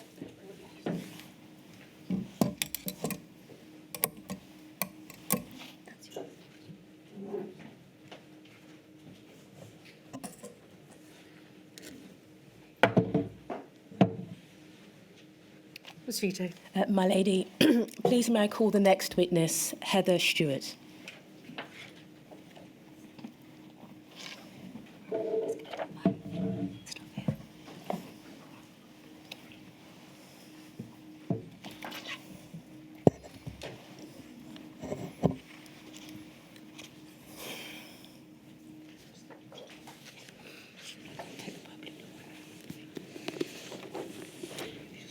Repeat after me, please. I swear by Almighty God I swear by Almighty God that the evidence I shall give that the evidence that I shall give shall be the truth, shall be the truth, the whole truth, the whole truth, and nothing but the truth. and nothing but the truth. Thank you. Let's take a seat. I hope it's not been too awful having to wait. That's okay, thank you. Thank you for coming to give evidence today. Can you begin by giving us your full name? Mrs. Heather Stewart. Mrs. Stewart, you should have in front of you a copy of your witness statement, which bears the reference INQ 000659969. There's nothing up on the screen yet. There shouldn't be anything on the screen, but do you have a copy of your I witness didn't- statement? Don't Can I worry. just get it? Don't worry, it's a formality. Right, I did, You seem to it's go in my, through. my walker. Don't worry at all. Don't worry at all. But you have seen that Yeah. statement. And can you confirm that that is the statement you provided for the inquiry? It is. And in addition, can you confirm that the contents are true to the best of your knowledge and belief? Yes. Thank you. Ms. Stewart, I'm going to be asking you questions in relation to your husband. Sorry, can I just say I'm still Mrs. Stewart? Forgive me. Sorry. Mrs. Stewart, I'm going to be asking you questions in relation to your husband, Stephen Brown Stewart, who tragically passed away in hospital as a result of COVID-19 on the 19th of February 2021. We know from your statement that Stephen, your husband, was 45 years old when he sadly died, and that you had been together for nearly 32 years, married for nearly 26 of those. It's right to say, isn't it, that other than a stent which your husband had fitted in 2019 as a preventative measure, he was otherwise a fit and healthy man? Very much so, yes. In your statement, you explained that your husband contracted COVID whilst at work. Once you had become aware that your husband had COVID, is it right that you and your child Grayson then got tested and you were both also found to be positive? Yes, it was. Our test came back a day later than his. And how did your husband's symptoms progress in the days after testing positive for COVID? Stephen, when he felt unwell at work, although he didn't have the typical symptoms we were told to look out for, he knew there was people in his work who had tested positive, and he phoned me from work to say he'd arranged a test. He would go and get tested, come home and just go straight upstairs to our bedroom, and I just had to stay away from him. When his test came back, that first night I slept downstairs on our couch so that I was staying away from him. When his test came back positive, he stayed up the stairs. My mum then came on and dropped a blow-up bed at my back door so that I slept downstairs in the living room, and our son was in his bedroom, and we kept separate for the period of our isolation. And it was in day 6, since Stephen tested positive, that he took a downturn and his oxygen levels dropped dramatically, and that was the point when I phoned 999. And is it right to say that at that stage, your husband was then admitted into hospital? Yeah. And was that via an ambulance? Yes. Turning then to what you and your family experienced once your husband was admitted into hospital. You say in your statement at paragraph 10 that your husband was moved to the high dependency unit after around a week in the intensive care unit, and then he was moved on to a ward. Yes. Mrs. Stewart, during that time, were you able to visit your husband in hospital? No, and it was not due to me not wanting to be there. Obviously, initially we were still in our isolation period, but I would phone the hospital 3 times a day for an update, and only Kenny told what his oxygen levels were. And every time I asked to come up, and I was always told no. Even at the point when he got moved between the different sections, I still wasn't allowed up at all to see him. And how were you communicating with your husband during this period? It wasn't until really he got to the ward that he was even fit enough to reply to a text message prior to that. So the only communication that we had was through phoning in to the ward and them letting know that I phoned. And are you able to provide us with any insights into how your husband was coping with being in hospital and being unable to speak to you? Well, he told me later on that he'd had several panic attacks, and that was never anything that he'd experienced before. And again, because of that, I asked could I come up to see him, because it was the longest time in our lives together that we'd ever spent apart, and I knew that just me being there would have calmed him and helped him. And again, I was still refused to be allowed to go up to the hospital to visit. And no doubt that weighed very heavily on you. Yeah. The only thing that I was able to do was to go up and hand in, a changes of clothes and take away some washing, or hand in some juice or chocolates or, whatever. I remember him asking for specific sweets about 9 o'clock at night one night, just because he had not nice tastes in his mouth and things like that. but again, you weren't allowed to just go up in a whim, and things all had to be planned and agreed to go up to drop things off. Okay. I'd like to turn to the events of mid-February, please. On the 14th of February, did you receive a call from the hospital to say that your husband was being taken back to ICU as his health had taken a turn for the worst and that he may be ventilated? I did receive that call about 9:30 in the morning on a Valentine's morning, which now taints every Valentine's that there is in the future. It takes you back to that point. And again, I asked, could I come up to the hospital? And I was told no, and I said I literally could be there in 10 minutes, and I was told there might not be enough time. And what information were you given about your husband's condition at that stage, and what measures were taken in relation to your husband's treatment at that time? I was only basically told that he was even struggling to put 2 words together, and wasn't really making any coherent sense, and that they would take him back to ICU. It wasn't until several hours later that they phoned me to say that they had discovered that he had an infection and started him on antibiotics, and they would keep him there and just monitor him closely for the next day or 2, and then hopefully would be moved back to a ward. So your husband wasn't placed on a ventilator on the 14th of February, but did there come a point some days later when you were informed that your husband would be placed on a ventilator? Yes, so the 14th that year was a Sunday, and on the Tuesday morning... The 16th, I believe. Yeah, I was then phoned again and was told by the consultant that she had seen Stephen when he had initially come into the hospital, and she felt that he was sicker at that point than what he was when he initially went in. And she said that he was the sickest person that they had in ICU at that time, and he was also the youngest person that they had as well. And I was told that they had made the decision to ventilate him in order to give him a rest because he was just exhausted from fighting.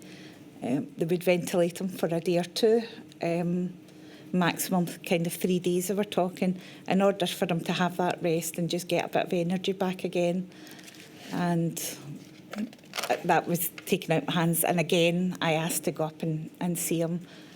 That was denied.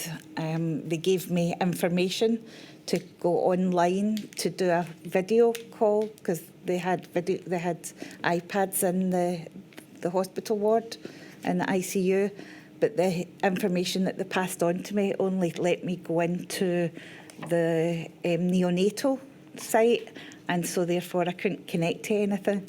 And I was grateful that I phoned to say I can't get into this site, and one of the nurses had their iPhone, their personal iPhone with them, and they were able to then give that to Stephen, and they phoned my son's phone that was also an Apple device, and we managed to get a very quick 2-minute video call. And so the very quick 2-minute video call, that took place before your husband was placed onto the ventilator? Yes. But is it also right to say that your husband was wearing what you describe as a hooded mask during that phone call? Yes, so he'd had the mask originally, which was a full hood that was placed over his head, and then progressed onto like a nasal cannula, but it was back in the hooded mask again. So therefore, you couldn't properly see him right, and you couldn't really talk as much, so it was just more or less sort of mouthing words to him and using hand gestures. Well, I was going to ask Miss Stewart, Mrs. Stewart, in your statement you do describe that conversation with your husband, and yes, I do. I'm aware that was the last conversation you had before he sadly passed away. Are you able to describe that conversation for the inquiry? Yes, so basically we obviously said sort of love you and things like that. We weren't expecting him not to come round from being ventilated. said love you. He mouthed it back and kind of made a heart sign with his hands. And then my last words to him were, I'll see you on the other side. Obviously meaning when they woke him up, and not that he wouldn't survive. Try having a drink of water.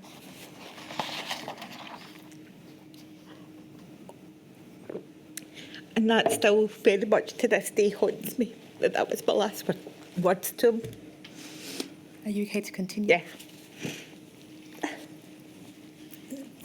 The following day, on the 17th of February, is it right that you received a phone call asking you to attend the hospital? Yes, it was.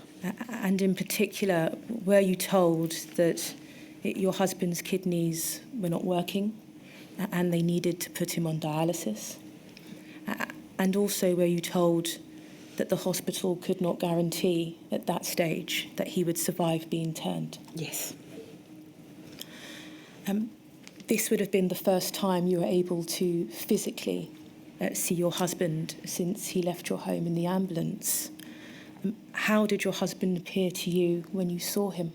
I only seen the back of his head because at that time he had been ventilated and had been put in the prone position, so he was lying face down. So it was his back that I seen. And he was in such a deep coma that he was basically totally rigid. There was no movement to lift an arm or to move his head or anything. He was very rigid, very solid. We then turn to the 19th of February, the day that your husband sadly passed away. Were you able to be with your husband in those final moments? I was, because I had been called up on the Wednesday. The following day I just took it upon myself to return to the hospital because I thought, are they going to turn me away at the door when I'd already been there the night before? I had sat with them. I'd been called up during the night of the Wednesday into the Thursday on 3 occasions as well because his blood pressure kept dropping. And then I sat with them all on Thursday, and then I went back up there at 8:30 on the Friday morning, and Stephen passed away at 12:20 on the Friday morning. So you was able to be with him, but you say in your statement you weren't able to speak and you weren't able to say proper goodbyes. No. I would like to ask you some questions, please, about the impact of the pandemic on your ability to make funeral arrangements and the impact that had on your ability to grieve. In your witness statement, you refer to some of the factors which negatively impacted that experience, and there are various things that you weren't allowed to do. I would just like to go through some of those, please, and ask you to comment as appropriate. Firstly, everything had to be arranged in a digital way or by phone as opposed to face-to-face. How would you describe that experience? Well, everything from not being able to go and register the death because everything was just done. The hospital sent things automatically, and then a copy was sent to me a few days later of his death certificate, to not being able to kind of be there in person. And when you were arranging the funeral, normally the person conducting the funeral would talk to the family and get a wider picture of that person, and that really couldn't be done because of the restrictions that were in place at the time. So I still feel that I'd done my best as I could in the situations, but I don't feel that Stephen got the funeral that he deserved. You've said that you were unable to tell the minister stories of your husband's life, stories and memories which the family would have wanted to be shared at the funeral. And you also explained that you weren't allowed to take clothes for your husband to be dressed in, and your family were not able to have a viewing. And in terms of the funeral itself, you say that you were only allowed 20 people to attend, and there was no singing, no wake, and no chance to share stories and memories. Mrs. Stewart, we've heard quite a lot about this over the past few days. How would you say that impacted your family's ability to grieve? Well, I know that I've been diagnosed with PTSD and complex grief syndrome, and I believe that's because we've not been allowed to follow the normal grief. Obviously, I've never lost a husband before, but I have lost, other family members that have been very important in my life, and it was so. The only thing I can say, it was so alienated. You just, even being at the funeral, I couldn't get a cuddle off anybody. You just felt very alone. And you've touched on some of the personal impacts. Mrs. Stewart, you've mentioned the mental health and well-being difficulties, PTSD and complex grief syndrome. Is that right? Yes. But also, you were impacted financially. Isn't that right? Would you tell us about that? So, not long before COVID hit, I had went through a personal experience where I was actually bullied at work and ended up resigning from a workplace. So I had only not long started a new post after several years of depression, and had started working with a mental health charity, supporting other people who were experiencing mental health, using my own lived experience to do that. So we were only just kind of starting to build our savings and things like that back up when COVID hit. Losing Stephen was not just an emotional loss, it was a financial loss to our family. And having to adjust to life when I myself now have been left with long COVID and have a lot of restrictions that causes me in my daily life. I'm not able to work full time. I'm lucky that I have a supportive employer that has made adjustments to allow me to continue to work. If not, I would be fully reliant on benefits, but even at that, it would be nothing in order for me to have a life like what I had. So I've had to cut my cloth, as they say, and make a lot of reductions and to be able to survive. I thankfully have had family members that were able to step in and help me pay off the mortgage for the house so that I didn't lose a house that would built up working towards over the years of our marriage and things. And I lived in a very good area where I had a lot of supportive neighbours and things like that was important for me to be able to stay there and maintain that support round about me under the circumstances. Yeah, but you say in your statement, I have to juggle what I can do with what I need to do. And does that accurately reflect?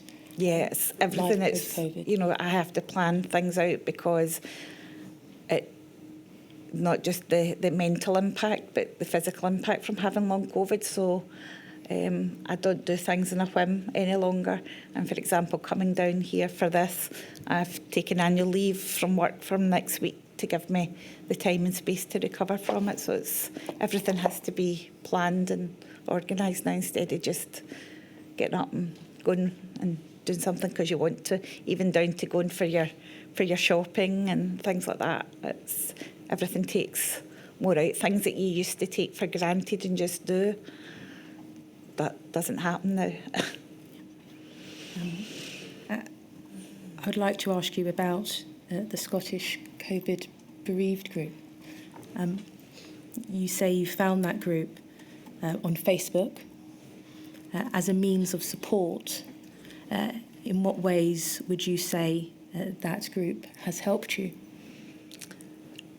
Just having other people there that understand what you've went through and understand the struggles and the fact that we didn't get to follow the normal protocols and things like that that were the normal parts of grieving and the normal parts of being with your loved one, supporting them in hospital, living, how to start living as a one person now instead of a we. adjusting to that. But just having people who had experienced it themselves, it's that lived experience that to me is immeasurable. You can't, you know, someone else can understand how you are feeling without you having to have that spoken word because of being there themselves. Mrs. Stewart, to conclude your evidence, there's a short paragraph in your statement which perhaps accurately sums up your family's experience of losing your husband as a result of COVID, if I may read it. COVID has affected all aspects of my life, and it is nothing like it was before COVID. All our plans, dreams, hopes are no longer. We have to find a new way to live and not just exist. Mrs. Stewart, does that accurately reflect how you feel? Very much. Thank you very much, Mrs. Stewart. Those are all of my questions, unless there's anything you want to raise before concluding your evidence. Just if I could just say, as a whole family, Stephen literally went to work and came home. I was working from home at the time. We followed every single guideline that the government put out, and I still lost them over it. And the reason that I'm here today is so that our voices are heard, because I do not want anybody else in the future to be in the same position that I've been put in. And also the fact that COVID is still here with us is very much talked about as being something that happened in the past. But there's still people today that will be admitted to hospital and will still pass away due to COVID, and it's still very much here and it's not going. And the people who are living with the ongoing effects of either COVID, being bereaved due to it, or living with long COVID symptoms, there's just no support there. And I think that is one of the big things that needs to come out. Support happening 10 years down the line is not any good. The support mechanism needs to be there from the beginning. Thank you very much indeed, Mr. Stewart. I don't know if you heard me say to Ms. Boswell, so many people say COVID ever targeted the elderly and the frail, and the evidence that you've given and that Mrs. Boswell gave is just proves that they're so wrong. You've obviously gone to a lot of effort to come down here, given the difficulties you now have because of long COVID. I hope you feel it's been worth it. Very much so. Yeah, as I say, I'm here because I don't want it happening to anyone else, so you need to speak up. I think that's, yeah, that's a feeling that ever since I started talking to the Breathe back when we were going around the UK consulting on the terms of reference, that's the message I got, that what the Breathe were about was making sure that it didn't happen in the same way. So we're not being selfish, we're doing it because we don't want it to happen. Yeah. And I was one of the people that you spoke to at that point as well. I thought I recognised you. So thank you very much for the whole team, for everything. You know, we do feel that we have been very much put at the forefront and always considered and things. Also to our legal team and especially to yourself as well. I think your legal team. I was looking around the room, I didn't know where they were sitting. So just a thank you to everybody that's been involved in it, and just hopefully it will make a difference for the future and that things will be changed. Well, we'll all do our very best. And I gather you've got very good support here with you. The whole Scottish team have good support. Yeah. So thank you very much indeed for coming. I'm really grateful to you. Thank you. And we shall break now and return at 1:30. Thank you very much.